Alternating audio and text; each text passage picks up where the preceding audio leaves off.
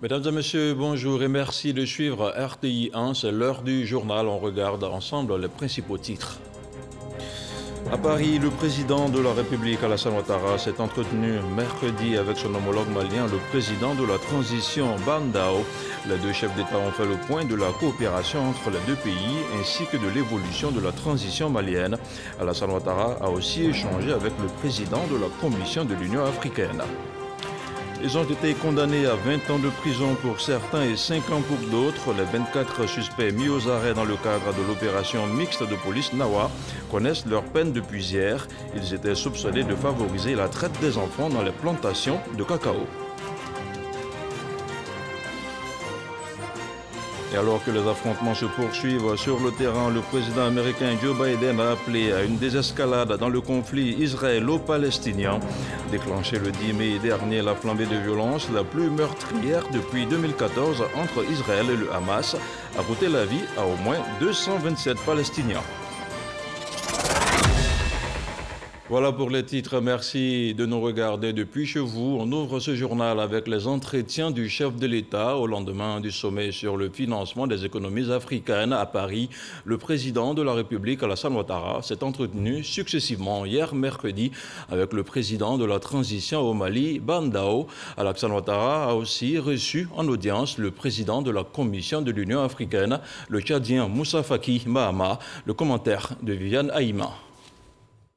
Présent au sommet sur le financement des économies africaines qui s'est ouvert le mardi 18 mai à Paris, le président de la République, Alassane Ouattara, a eu un entretien en marge du sommet avec le président de la transition au Mali, Ban Dao, investi le 25 septembre 2020 par la CEDEAO, avec pour feuille de route de mener à bien les réformes dont le Mali a besoin et organiser dans un délai de 18 mois des élections transparentes devant conduire au rétablissement de l'ordre constitutionnel dans ce pays. J'ai indiqué à M. le Président que nous continuerons de tout faire pour aider les Maliens, pour aider la transition. Dans la tradition africaine, je me devais de venir voir M. le Président en tant qu'aîné, lui faire part de mes préoccupations, éventuellement de recueillir ses conseils. Toutes choses qui reste a été bien compris. Et les réponses et les encouragements que j'ai reçus, comme vous le constatez, me satisfont. Aussi une fois encore, je ne peux que les remercier de cet accueil qui me surprend guère. Le président de la République, Alassane Ouattara, a également reçu pour un entretien le président de la Commission de l'Union africaine, Moussa Faki Mahama. Nous sommes au lendemain d'une importante conférence sur le financement des économies africaines. Et vous savez, le président Ouattara est le champion de l'Union africaine pour la mise en œuvre de l'agenda 2063, qui est l'agenda africain, notamment en matière économique. Nous avons bénéficié de son expertise au cours de cette importante conférence et des propositions importantes ont été faites au cours de cette réunion. Et il est tout à fait naturel que je vienne discuter avec lui sur le suivi des conclusions de cette importante conférence. J'ai profité également, comme il vous l'a dit, de faire un tour d'horizon. Je me félicite des progrès patents en Côte d'Ivoire, dans le sens de la réconciliation et de la paix. La Côte d'Ivoire est un pays phare du continent, il est une locomotive dans l'intégration de notre continent et il y a lieu de s'en féliciter. Nous avons également fait un tour d'horizon sur la région, sur le continent africain, qui par ailleurs, en plus de la crise sanitaire et économique, fait face également à une crise sécuritaire, notamment dans le Sahel, dans le bassin du lac Tchad, dans la Corne de l'Afrique et même en Afrique australe. Et ça, c'est une préoccupation. Et dans mes consultations avec le président Ouattara, on est en train de voir les voies et moyens pour pouvoir booster la solidarité africaine et mobiliser la communauté internationale. Autant de nouveaux défis qui se posent et face auxquels le continent africain est en droit d'espérer la solidarité internationale. Retour à Abidjan hier dans la cour du CESEC, le Conseil économique, social, environnemental et culturel. La Côte d'Ivoire a rendu un ultime hommage à Laurent Dona Fologo. L'ex-président de l'institution a achevé son parcours terrestre le 5 février dernier des suites d'une courte maladie. L'homme n'aura pas vécu inutilement. Retour sur une série de témoignages dans ce reportage signé Sidonie Davila.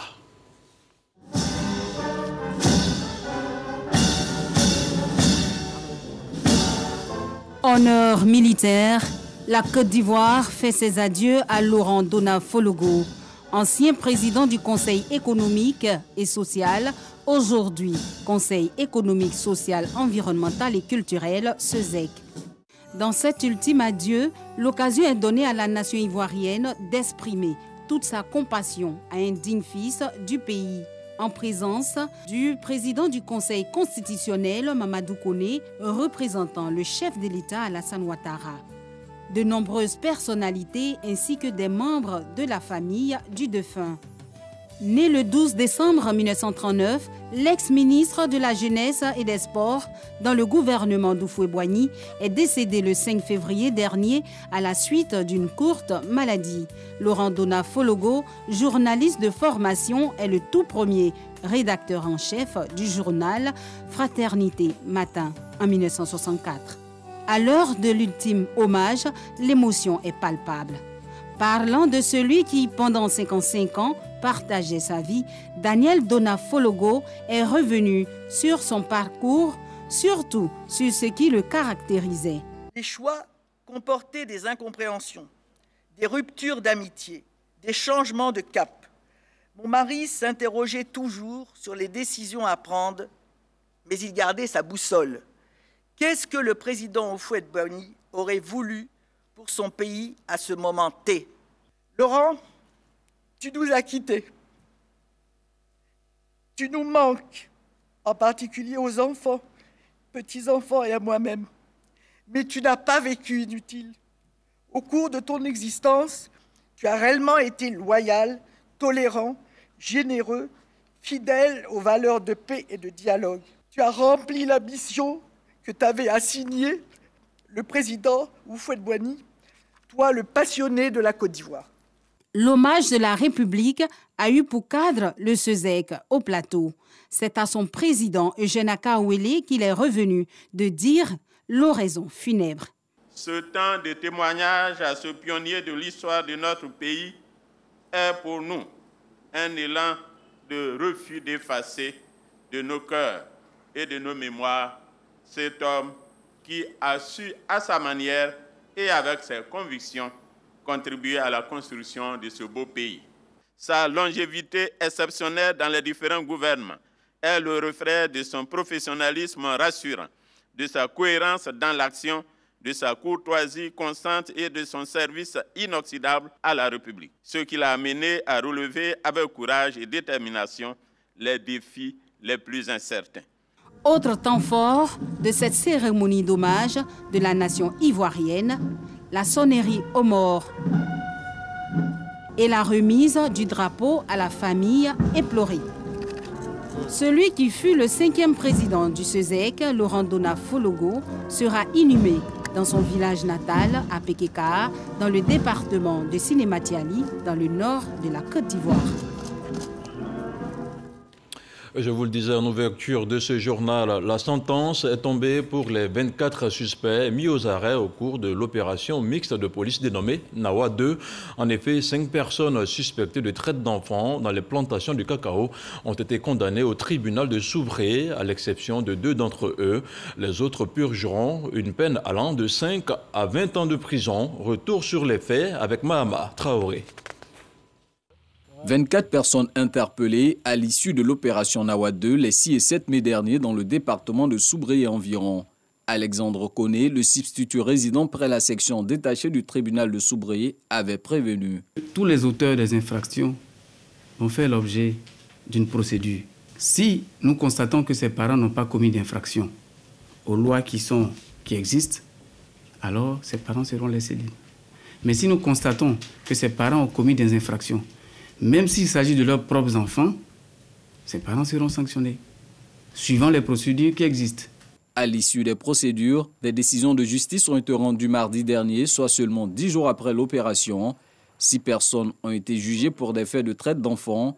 L'un des prévenus a été relaxé pour délit non établi et les 5 autres condamnés à 20 ans d'emprisonnement ferme, assortis d'une amende pécuniaire de 50 millions de francs CFA chacun.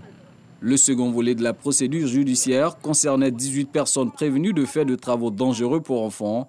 17 ont écopé de 5 ans d'emprisonnement ferme et 1 million d'amende chacun. Un des prévenus a été relaxé pour délit non établi.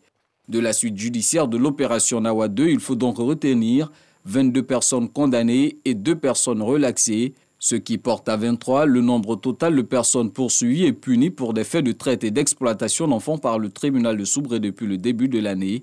C'est dire qu'en plus de la sensibilisation, le Comité national de surveillance des actions de lutte contre le travail des enfants, présidé par la première dame Dominique Ouattara, joue à fond la carte de la tolérance zéro contre les auteurs de délits de traite et d'exploitation d'enfants. Ils sont accusés de tentative d'insurrection et de complot contre la sûreté de l'État. Mercredi, le procès contre Guillaume Soro et 19 de ses proches s'est ouvert à Abidjan. Après délibération, l'affaire a été renvoyée au 26 mai prochain à Bossanogo. Tribunal de première instance d'Abidjan. Ouverture du procès en criminel contre Guillaume Kigbafori Soro, absent, et 14 de ses partisans. Ils sont poursuivis pour complot et tentative d'atteinte contre l'autorité de l'État et l'intégrité du territoire, trouble à l'ordre public, des détentions sans autorisation d'armes à feu, des diffusions et publications de nouvelles fausses jetant le discrédit sur les institutions de la République et leur fonctionnement. Avant le début du procès, les avocats de la défense ont soulevé quelques exceptions. Ils ont souhaité l'examen de toutes les pièces, puis ont plaidé pour le renvoi de la procédure. En réaction, les avocats de l'État du Côte d'Ivoire et la partie civile ont demandé au parquet de maintenir les prévenus en rejetant la mise en liberté provisoire. Comment on peut poursuivre un dossier aussi sérieux? On n'a pas le PV de perquisition. Aujourd'hui, le motif du renvoi doit vous permettre de savoir que les avocats de la défense ont dit tout ce que vous avez dit, ils n'ont pas les éléments. Nous sommes dans un élan de paix. Nous avons donné notre avis sur les exceptions. Mais au titre des exceptions, il y avait un élément quand même fondamental. Parce qu'il y a dans des conseils qui ont estimé qu'ils n'ont pas été mis en situation d'assurer efficacement la défense de leurs clients. Le droit pour un procès équitable, chacune des parties doit être mise au même niveau. Nous avons reçu communication de ces pièces. Certains confrères de la défense ont également reçu communication des mêmes pièces. Donc ce n'est pas normal que d'autres n'en aient pas reçu communication. Donc ce moyen ayant été invoqué, présenté au tribunal, donc à bon droit, qui a estimé qu'il fallait accéder à cette demande, donc ordonner donc qu'il leur soit communiqué les pièces du dossier. Après les différentes interventions, le juge a renvoyé le procès au 26 mai prochain pour l'ouverture des débats. C'est dans l'air depuis hier, une vidéo diffusée et relayée sur les réseaux sociaux a achevé de mettre aux prises des ressortissants nigériens et des jeunes révoltés dans quelques quartiers d'Abidjan. Sur le sujet, le consul honoraire de la Côte d'Ivoire au Niger se prononce. Je vous propose de l'écouter. Ce qui s'est passé aujourd'hui, c'est que c'est vu par la direction des Ivoiriens d'extérieur, comme quoi il y avait des représailles envers la population nigérienne installée à Bobo, sur la base d'une vidéo montrant des Nigériens en train de maltraiter des migrants ivoiriens. Je me suis donc rapproché de mes services au niveau de Niamey et en réalité, il s'agit d'une fake news. Il n'y a pas d'Ivoiriens maltraités au Niger, ni à Niamey, ni ailleurs au Niger. Les populations ivoiriennes du Niger vivent en parfaite harmonie avec leurs frères du Niger. La vidéo en question est une vieille vidéo qui date de 2 ans, qui a été tournée à la frontière entre le Niger et le Nigeria. Et il s'agit des membres de Boko Haram qui ont été appréhendés et qui étaient en train de subir la vindicte populaire. Il ne s'agit pas d'Ivoiriens ni de migrants. Parce que les migrants ne passent pas par la frontière du Nigeria, les migrants passent par la frontière du Niger avec la Libye ou l'Algérie. Et on n'a jamais vu de maltraitance de migrants en direction de ces pays-là. Bien au contraire, quand ils ne peuvent pas y aller, ils reviennent et nous participons à ce qu'ils puissent gagner leur foyer respectif en Côte d'Ivoire. Donc, je ne sais pas pourquoi c'est à dessein que cette vidéo a été diffusée. Et c'est dangereux parce que on ne sait pas, il y a beaucoup d'Ivoiriens qui vivent également au Niger. Donc, on craint qu'il y ait des représailles de ce côté-là aussi. Donc, nous essayons de calmer la situation. Nous demandons vraiment au gouvernement de Côte d'Ivoire de prendre toutes les mesures pour sécuriser les populations nigériennes qui travaillent honnêtement et gagnent leur pain en Côte d'Ivoire, comme les Ivoiriens aussi travaillent et gagnent leur pain au Niger. Et selon les lois ivoiriennes, tout acte de représailles ou de vengeance est constitutif d'infraction et de trouble à l'ordre public. Le ministre de la Sécurité et de la Protection civile a produit une déclaration. On l'écoute. Cet après-midi,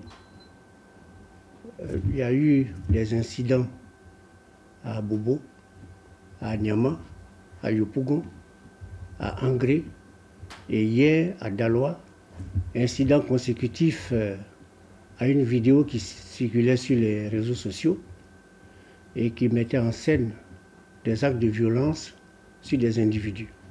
Cette vidéo a été interprétée par certaines personnes qui ont leurs raisons, mais qui ont fait croire que cette vidéo concernait des Ivoiriens qui étaient des migrants dans un pays ami que je ne citerai pas. À la suite donc de cette interprétation, les actes de violence visant essentiellement la communauté nigérienne en Côte d'Ivoire ont été perpétrés dans les localités que je viens de citer. Pour rappel, hier à Daloa, quelques individus ont tenté de molester des Nigériens. Aujourd'hui encore, à Bobo, à Niama, à Angré, à Djamé et à Yopougon, d'autres individus ont tenté la même chose. Les forces de sécurité se sont interposées, mais malheureusement, ces incidents ont provoqué, en termes de bilan, 10 blessés, 12 interpellés, 6 véhicules calcinés et une douzaine de magasins pillés. C'est le lieu de rappeler aux uns et aux autres que la Côte d'Ivoire aujourd'hui est dans une situation de paix.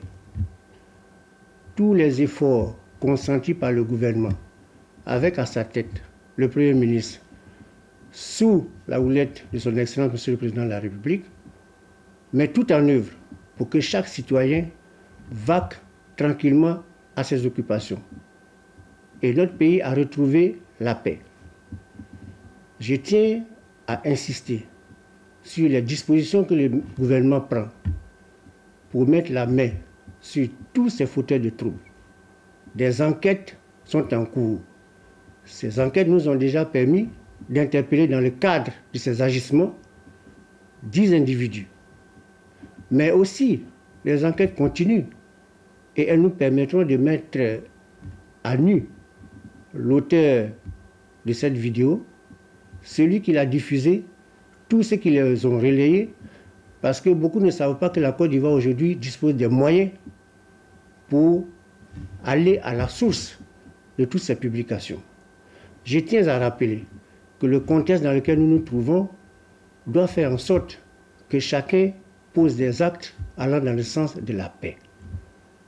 Nous serons intransigeants sur tous les fauteurs de troubles qui s'illustreront de cette manière-là pour mettre à mal la cohésion sociale. C'est le lieu, avant de terminer, de lancer un appel au calme.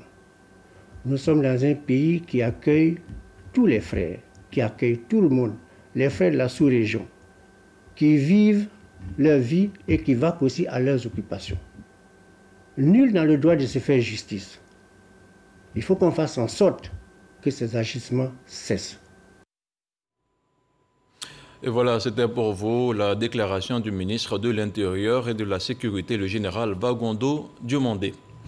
Agression, sinon agressé violemment par son conjoint Madiara Fofana, une garde pénitentiaire en service à Agboville, a été par la suite admise au CHU de Cocody.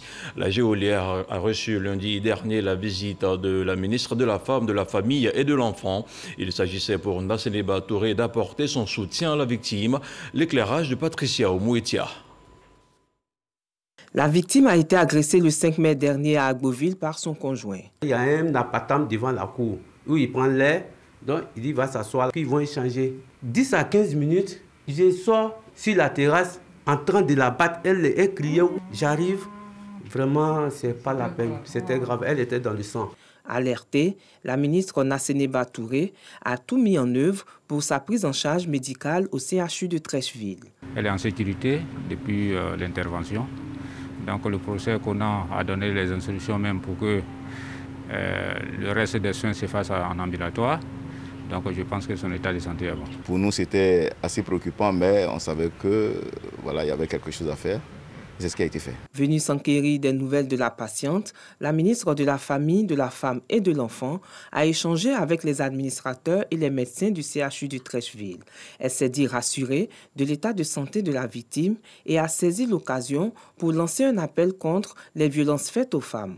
Selon ONU Femmes, dans le monde, 35% des femmes ont subi au moins une fois des violences physiques ou sexuelles de la part d'un partenaire ou d'une autre personne. Aujourd'hui, elle est en pleine forme, elle va très bien. Et nous voudrons vraiment lancer un appel au plan national.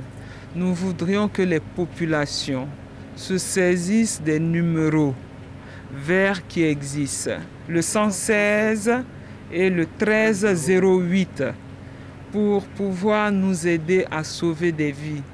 Et nous sommes aujourd'hui au niveau de zéro tolérance dans la violence faite aux genre. Au matin du mercredi 5 mai dernier, Madiara Fofana, garde pénitentiaire en service à Agboville, a été agressée violemment par son conjoint.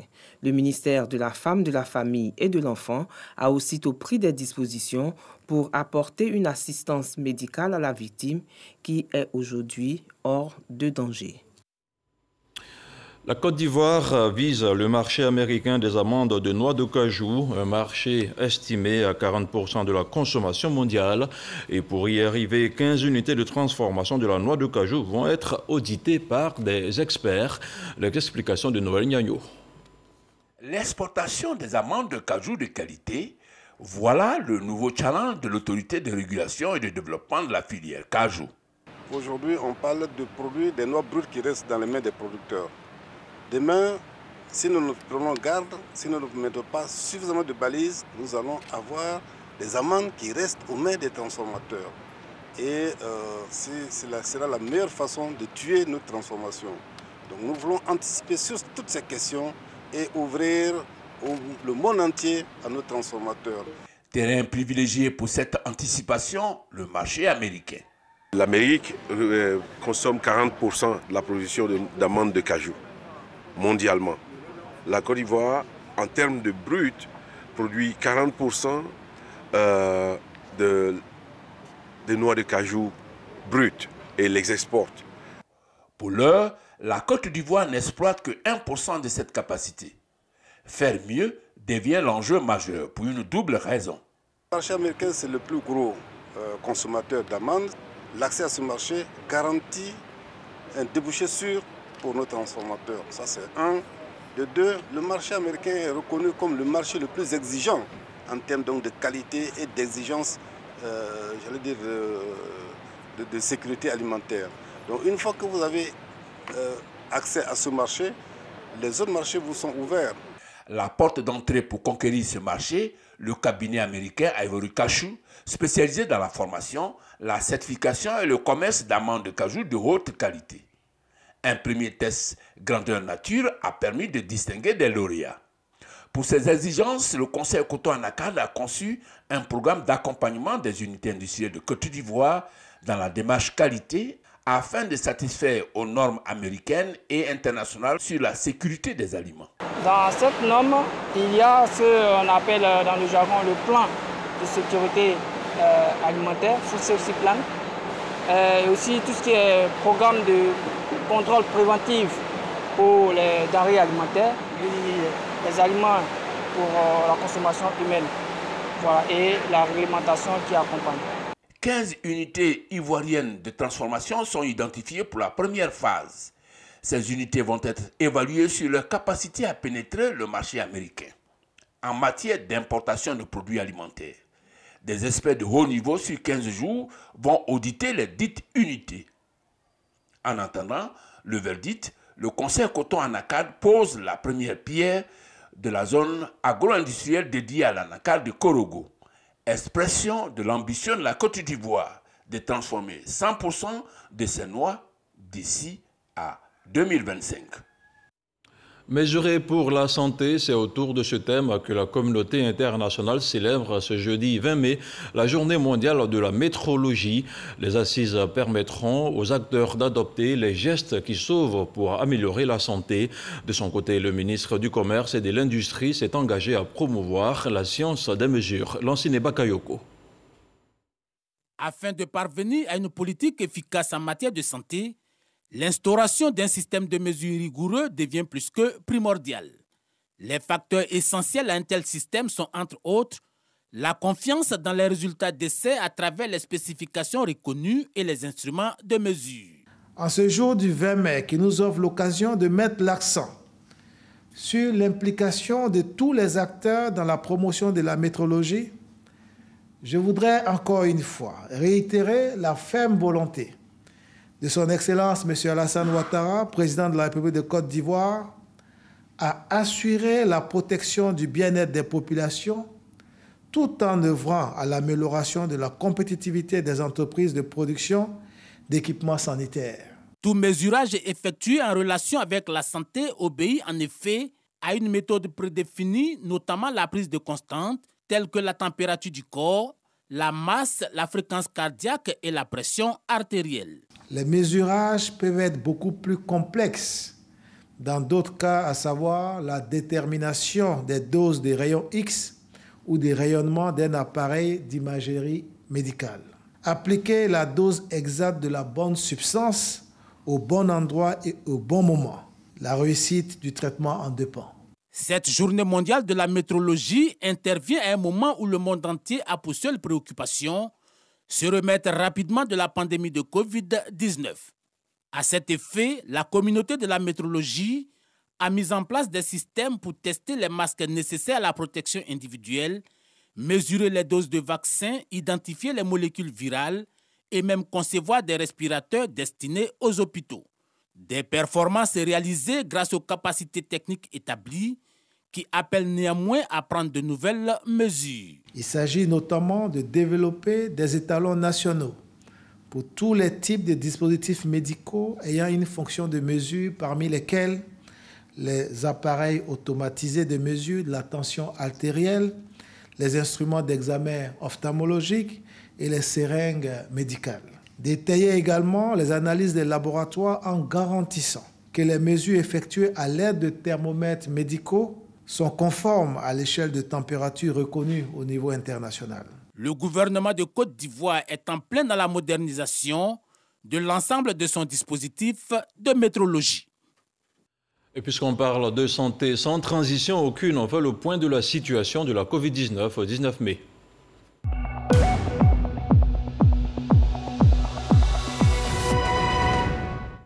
Le ministère de la Santé, de l'Hygiène publique et de la couverture maladie universelle a enregistré mercredi 69 nouveaux cas de Covid-19 sur 2240 échantillons prélevés, soit 3,1% de cas positifs, 41 guéris et 0 décès. Depuis hier, la Côte d'Ivoire compte donc 46 777 cas confirmés, dont 46 217 personnes guéries, 298 décès et 262 cas actifs. Le nombre total d'échantillons est de 625 623. Le 18 mai, 24 800 doses de vaccins contre la Covid-19 ont été administrées, soit un total de 391 085 doses administrées. Ce jeudi 20 mai, la diplomatie s'active sur le terrain et en coulisses pour tenter de mettre un terme à l'escalade militaire meurtrière entre Israël et le Hamas palestinien au pouvoir dans la bande de Gaza. La véritable bataille se déroule sur le front diplomatique. Lors d'un entretien téléphonique avec Benjamin Netanyahou, le 4e du genre depuis le début des combats, le président américain Joe Biden a exigé une désescalade militaire immédiate débouchant sur un cessez-le-feu. Ce journal est terminé. Merci de votre aimable attention. L'info revient à 20h avec Kolo Koulibaly. Restez sur RTI 1.